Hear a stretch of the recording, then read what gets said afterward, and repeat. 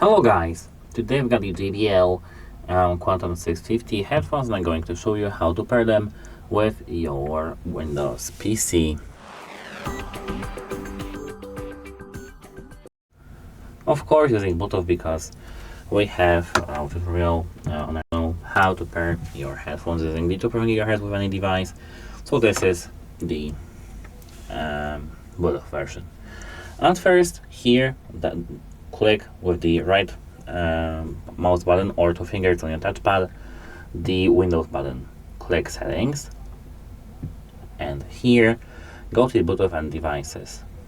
Now Devices, and here click Add Device.